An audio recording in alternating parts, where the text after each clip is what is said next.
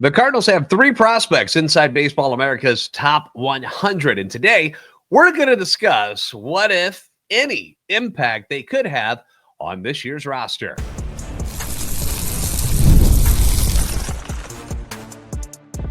You are Locked On Cardinals, your daily St. Louis Cardinals podcast, part of the Locked On Podcast Network, your team every day.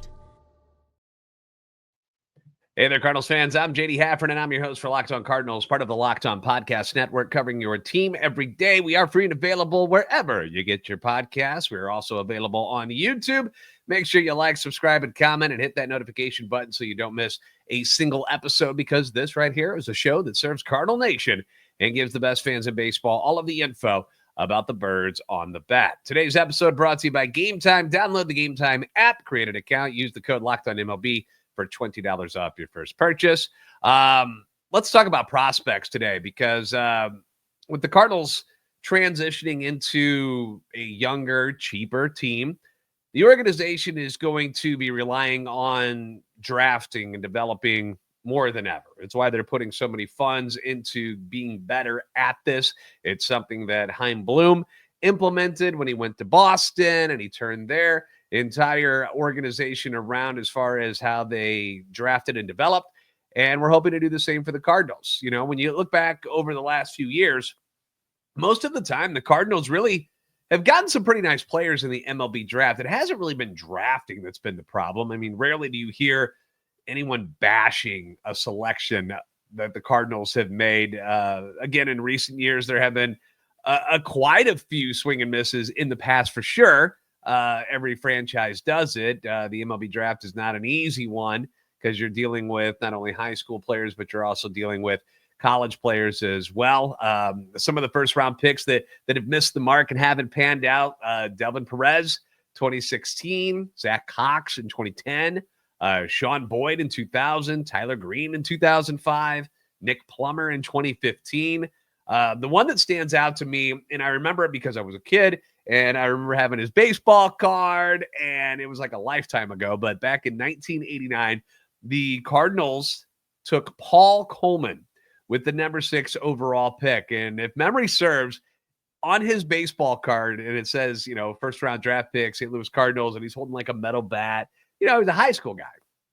And he never made it past Double-A. It was an absolute bust. Terrible pick, especially when you realize that the next pick in the draft, Chicago White Sox take future Hall of Famer Frank Thomas with the number 7 overall selection that year. But the Cardinals aren't alone in this. You know, the MLB draft is full of names every year that never become what people expected them to be. And in the Cardinals' defense, normally they are selecting in the back end of the first round, because normally they're winning more games. They're qualifying for the playoffs. They're one of the better teams in the league. And for many years, they were able to still select solid players who became important pieces either for the organization, or they were then traded to acquire players who became impact players for the team. So today, as we speak on the 23rd of January, the Cardinals are going to be relying on these draft skills and developing skills even more now as they go with this youth movement led by former top draft picks Mason Wynn, Jordan Walker, Nolan Gorman, Alec Burleson, Michael McGreevy, among others, here in 2025. The Cardinals will need all of those guys I just named to step up and become main cogs this year, if the Cardinals are going to compete at all. To get to 83 wins again this year, most people don't think it's going to happen.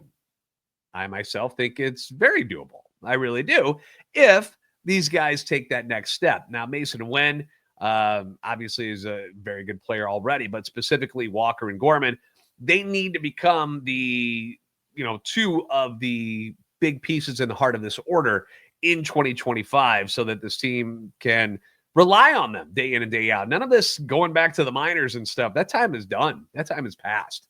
Like, they need to be major producers in this lineup this year. Has to be. They just have to be if this team's going to succeed. As I mentioned, Wynn, already a very good player, becoming the face of the franchise. Alec Burleson led the team in home runs last year, despite being dreadful against left-handed pitching. So both of them did quite well. They need to maintain those levels, if not exceed them, specifically in wins with Mason Wynn. Like, I expect him to continue to get better. Alec Burleson, if you get what you got out of Alec Burleson again this year, I think you're going to be all right with that, considering where he is in the pecking order of things on this team. But they also have some guys that they've recently drafted that appear to be on the fast track to the major leagues and were recognized by Baseball America in their annual top 100 prospects list. The Cardinals had 3 players land inside the top 100, and the highest rated one was a guy they just drafted in last year's MLB draft, and that's infielder J.J. Wetherholt. Now, if you remember, Wetherholt drafted number 7 overall. Here he is at the draft, getting his jersey. I believe he was the first person that got drafted that was actually in attendance in San Antonio for that particular draft. I think that's where it was. Was it San Antonio? Isn't that where it was? But anyway, I know it was a Texas thing because he had the cowboy hat on and, he played the role. And, there was talk that he could go number 1 overall coming into the thing. But the Guardians instead ended up going with Travis Bazzana instead. Good.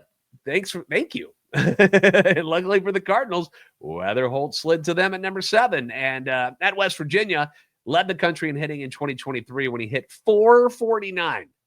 Led D1 players, all of D1 players, 449, 16 dingers, 60 RBIs.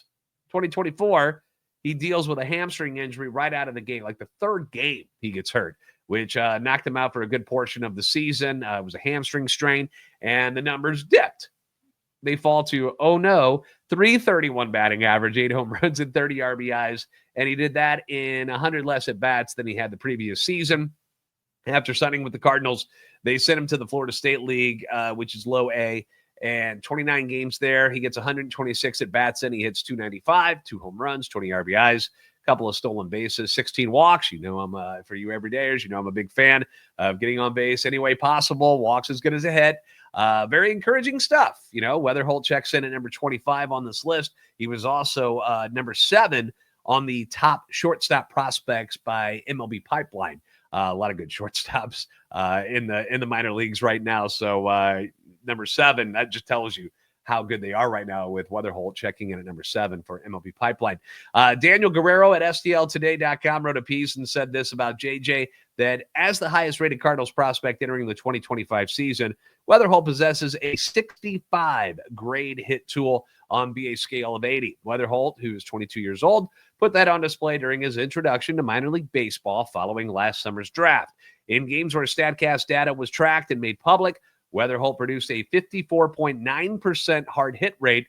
Of the 91 balls he put in play, 50 were considered hard hit, meaning they reached exit velocities of 95 miles per hour or higher. 30 of those 50 had exit velocities above 100 miles per hour per StatCast. So obviously you're encouraged by what you saw in his first taste of professional baseball. You got to like the sound of it. Now, the question is, where is he going to play for the Cardinals? Which has got, a lot of people talking about this and thinking about it because we don't want to keep this guy in the minor leagues if he can produce at the major league level. He played 24 games with Palm Beach at shortstop. The Cardinals have that guy, Mason Wynn, at shortstop. So where does he go? And Mason Wynn, barring anything catastrophic, should have that position on lockdown for quite some time. I'm one of the guys that thinks that, extending Mason Wynn right now might not be a bad idea. He feels like a prospect to me that is worth taking that leap for. Another top prospect in the organization, we saw a little bit of him at the end of last year, is Thomas Ujasi, who seems to be better suited as a second baseman. I think he probably can play some third base as well, which means Wetherholt could, if you're going to move Ujasi, if he's going to be a second baseman type of guy, all right, maybe Wetherholt goes over to third. There's been talk that maybe that would be the spot that he ends up becoming when he's a full-time major league player. Maybe third base is where he goes for the Cardinals. But the Cardinals also have a guy named Nolan Gorman, who we just talked about, lined up as their heir apparent at third base to another Nolan Arenado, who at this moment is still on this team. So if and when Arenado gets traded away, Gorman is the guy they expect to slide over to third base. So Wetherholt, kind of a guy without a home at the moment at the major league roster. There's no rush. You don't have to get him up there right now, but if he's kicking ass in the minors, eventually you're like, well, what are we wasting his at-bats for down there? It's another reason why the heat is on Nolan Gorman this year. He's got these guys behind him who are looking for major league at-bats, and these aren't scrubs. These are legit top of the line prospects for the Cardinals in Wetherholt and Sujasi, who were like, look, guy, we can hit, we can do it. Hopefully this will help fuel Gorman even more, because I want the guy to succeed. I want to see 35 home runs from Nolan Gorman this year. I know it's going to come with 170 strikeouts. I'm fully prepared for that, but I want to see 35 home runs this year from him. Like that's what I expect. And this team needs that to happen if they're going to be any good at all. We will get to see Wetherholt this spring, which is great. Non-roster invitee. We'll certainly start the 2025 season in the minor leagues, maybe at AA Springfield.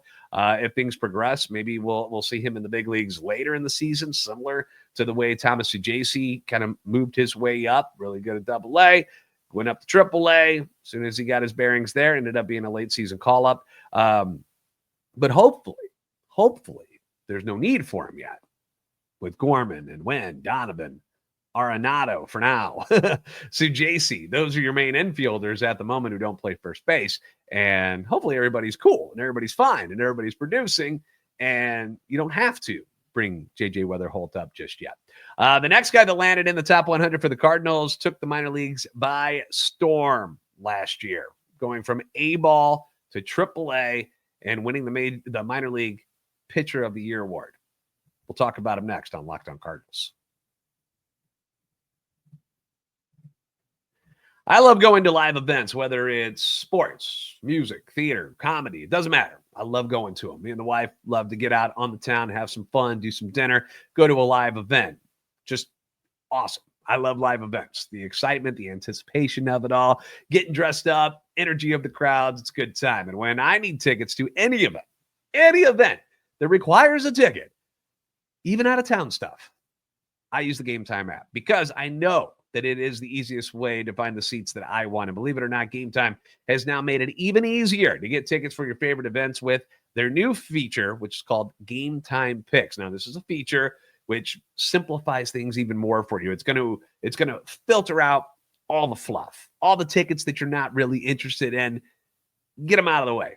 Remove them. Move them. That way you're not wasting your time searching through thousands of tickets that you're not into anyway. You're not going to buy those anyway. You want to be in this certain section. Whoosh, Gametime Picks will filter all that stuff out. Post Malone and Jelly Roll being at Busch Stadium in May. It's going to be a huge ticket. You just tab under the music. You find the event.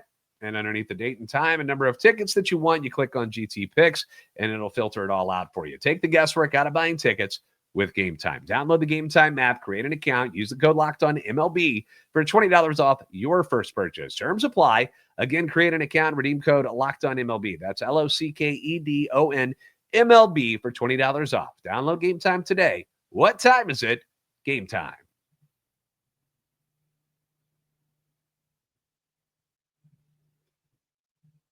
Thank you again for making Locked On Cardinals your first listen every day. You can leave your comments on YouTube as well as on Twitter X anytime you want. Your feedback always welcome and encouraged. You can find me at JD Sports Radio, and the podcast handle is at LO_Cardinals. So we're on there all the time. Feel free to interact and chit chat and go back and forth with us. It's cool. Actually have a poll up right now talking about these three prospects, which ones you're more excited about. We already talked about J.J. Wetherholt. If the idea of him being a part of this organization moving forward does not excite you, then perhaps this next one will. His name is Quinn Mathews, the 24-year-old, 6'5", 188-pounder, left-handed. Had an incredible 2024 season. Absolutely incredible. He started at low A Palm Beach, same place where Wetherholt was. Then he moved up to high A, dominated. Went up to double A, dominated. Finally got up to triple A to wrap up his season. All in all, he combines for 26 starts. He goes 8-5. He ends up walking, where did he go? 2.76 ERA, struck out 202 hitters, and walked just 49 in 143 and a third innings with a whip under 1. at 0.977. His strikeouts per 9, 12.7.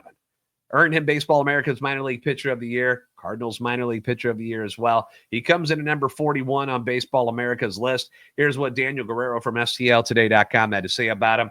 With some added velocity, the 24-year-old left-hander totaled a minor league leading 202 strikeouts across 26 starts at 4 levels of professional baseball. Among minor league pitchers who threw a minimum 130 innings in 2024, Mathews led in strikeout rate, 35.4%, and he was fourth in walks and hits per innings pitched at 0.98. Now, his time at Memphis, not nearly as smooth as the results everywhere else. I brought this up before where, it's the end of the season. Obviously, you're at AAA. You've been moving around a lot. Maybe he started to get a little bit tired, perhaps, but he ends up going 0-2 with a 6.48 ERA over 4 starts there. The command was an issue, which he hadn't dealt with any command issues throughout the season, and which makes me think this is why he was getting worn down a little bit. When you start to lose your accuracy and your control a little bit, usually it's because you're tired. Like when you watch a pitcher pitch, when he starts to wear down later on in games, the legs start to go, arm angle gets out of whack, and they start walking people and throwing it all over the place. He walks 14 hitters in just 16 2/3 innings while at AAA Memphis. Still struck out 22, but it's a far cry from the ratio that he had at his other stops. But it's something that is going to motivate Mathews for 2025. He told Derek Gould back in September that going into the winter, there's going to be a bitter, sour taste, and that's my motivation. I've got to give the hitters credit. I will remember September, and that's going to give me the little edge going through the offseason. Then at winter warm-up, when he spoke with the media, he talked about having a chip, saying that the chip is still there, but it's new. It's different now. I did what I had to do last year to maybe prove a couple of people wrong, but not everyone. Then September came and kicked my teeth in, and I realized I'm not that good. So this offseason, there's a new chip there. When we talked with Thomas Scovane from RedbirdRanch.com earlier in the week, we talked about how, Quinn Mathews is kind of quirky. He's a little bit different kind of guy compared to most athletes that at least I've interviewed in my lifetime. He talked about wanting to be an investment banker. It wasn't his dream to be a major league pitcher. He wanted to be an investment banker, just like every little boy dreams of as a kid. He plays Scrabble, a game that I played during COVID with my wife because we were bored to tears, which she beat the hell out of me. And by the way, I'm terrible at that game, I guess, or she's just amazing at it. But I lost every single time. But he plays that game for fun instead of video games like the majority of us do. He's just not the typical jock. He's not your typical athlete, but that's okay. Who cares? Zach Greinke was a very odd guy. And things worked out quite nicely for him. So as long as Mathews is motivated, obviously you got to stay healthy, and he's delivering on the mound. I don't care how different he is and how quirky he is. Some people call that colorful, that he's not, the cookie cutter type of athlete that we would talk to normally. So I'm excited. I'm excited about Quinn Mathews. Now, last on the list is another pitcher who this past year, he ended up dealing with some injuries, but he's got a whole lot of upside. A lot of people believe in this guy when he's healthy. So we'll talk about him next on Locked On Cardinals. In sports, having a winning strategy is everything. It's how the best teams make it to the Super Bowl or the World Series or the Stanley Cup and NBA Finals and the Olympics. The same goes for life. Having a strategy like life insurance from SelectQuote can protect your financial legacy and keep your family's future secure. Now, SelectQuote makes it easy to find the perfect life insurance policy. As one of America's leading insurance brokers with nearly 40 years of experience, they've helped over 2 million customers find $700 billion in coverage since 1985. And what sets SelectQuote apart? It's the personal touch. It's the personal touch. Unlike other brokers that will offer the one-size-fits-all policies, their licensed agents tailor coverage to fit your unique needs. You're an individual snowflake, right? Not everybody's the same. So if you're in good health, you might even qualify for same-day coverage of up to $5 million. No medical exam required, and it's more affordable than you actually think. You can get up to $1 million in coverage for as little as just $20 a month. Get the right life insurance for you for less at SelectQuote.com/lockedon. Go to SelectQuote.com/lockedon today to get started. That's SelectQuote.com/lockedon. SelectQuote. They shop, you save.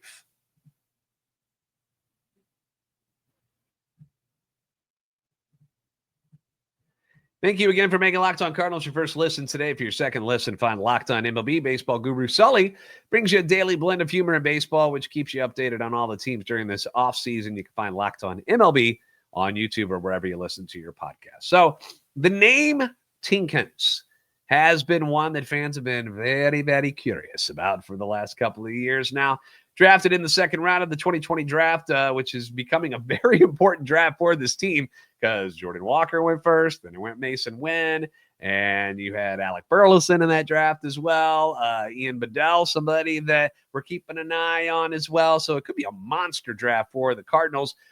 Hence's rise through the organization, it's been behind these other guys. Obviously, they are position players, and it usually does take pitchers a little bit longer to develop. So this is not shocking that the other three have already made appearances at the major league level or have played full seasons at the major league level, where Hence hasn't gotten above AA yet. It's not shocking. It's okay. As Daniel Guerrero points out, this is the third consecutive year that Tink Hence has been ranked as a top 100 prospect by Baseball America, which is good, which means people believe in this guy. He's still only 22 years old. He's ranked as the number 30 prospect in 2024, reached as high as number 26 in 2023. Last year, Hence went 4-3 with a 2.71 ERA and struck out 109 batters while walking 26 in 79 and 2/3 innings. Like, those are phenomenal numbers. And he did that for Class AA Springfield.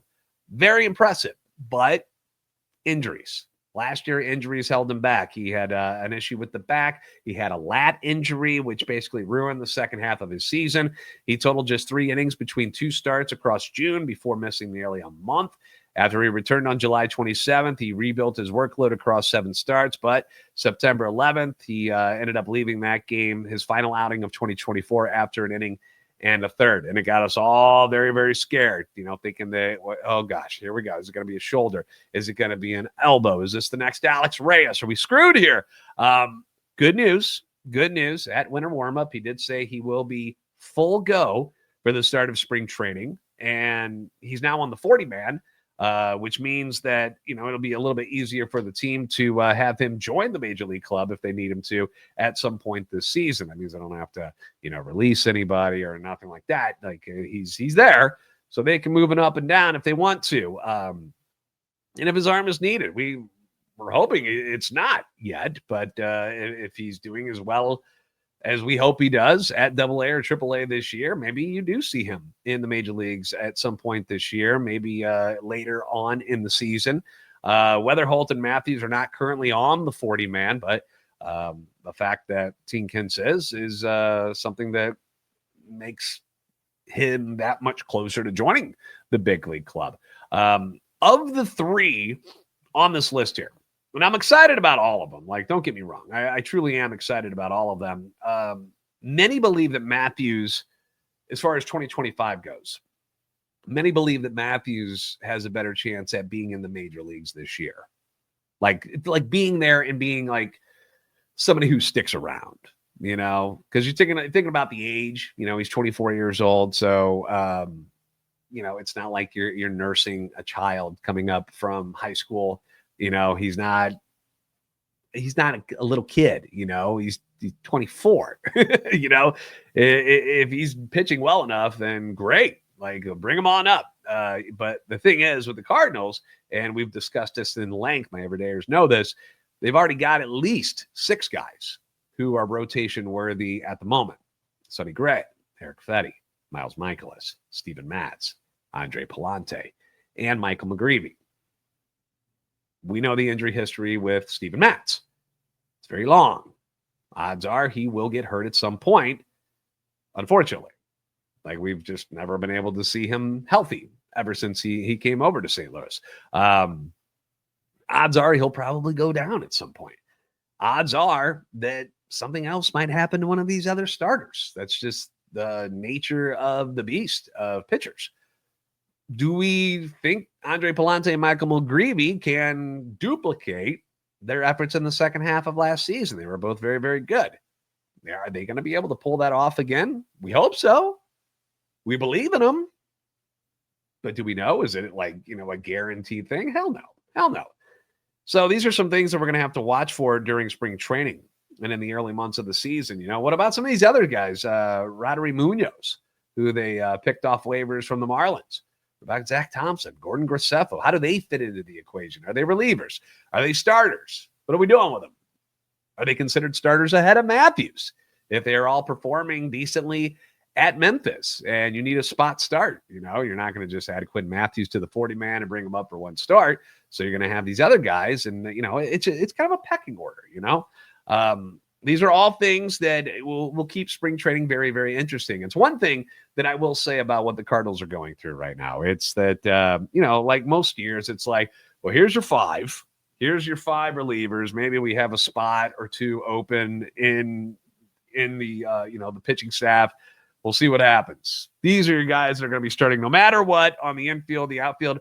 There is some wiggle room here. Obviously, the bench is something that is going to be very interesting. I don't know what the Cardinals are going to do as far as keeping guys who are going to be the guys on the bench this year. I don't know yet. I don't think they know yet. They're going to let it all play out at spring training, which is going to make it a lot more interesting. There's a lot more open spots than in years past, which will, I feel like it'll make things a lot more fun. And, with the youth of these guys, hopefully it's an entertaining brand of baseball. And hopefully there's a lot of energy that's involved with these youthful guys. They're not a bunch of grizzled veterans who are in their 7th, 8th, and 9th years of the league and stuff and are just, going to go through the motions in spring training. They're all fighting. They're all competing for different spots and at bats and innings, and it makes it more entertaining for me. Will it mean they're going to win 85 to 90 games? I mean, hard to predict that right now, but the fact that they all got to fight and claw for their time on this team and to be on this roster, I think it's a good thing. I think it's a good thing. So spring training begins on February 12th. That's when pitchers and catchers report. February 17th, first full squad workout. And of course, we've got, as I mentioned about JJ Wetherholt, the non-roster invitees. All 3 of these guys are going to be in camp that we're talking about here today. And there's a whole slew of other names that I find very interesting. So we're probably going to do an episode about the non-roster invitees, the guys I'm excited about, guys that maybe you don't know yet, and I can introduce them to you. That's something we're going to do in the near future. So thank you for making Locked On Cardinals your first listen every day. If you haven't already, give us a follow on Twitter X at @LO_Cardinals and at JD Sports Radio. Please like and subscribe on YouTube and help our channel and love for the Cardinals grow. You guys are the best fans in baseball for a reason. I'll see you next time on Locked On Cardinals.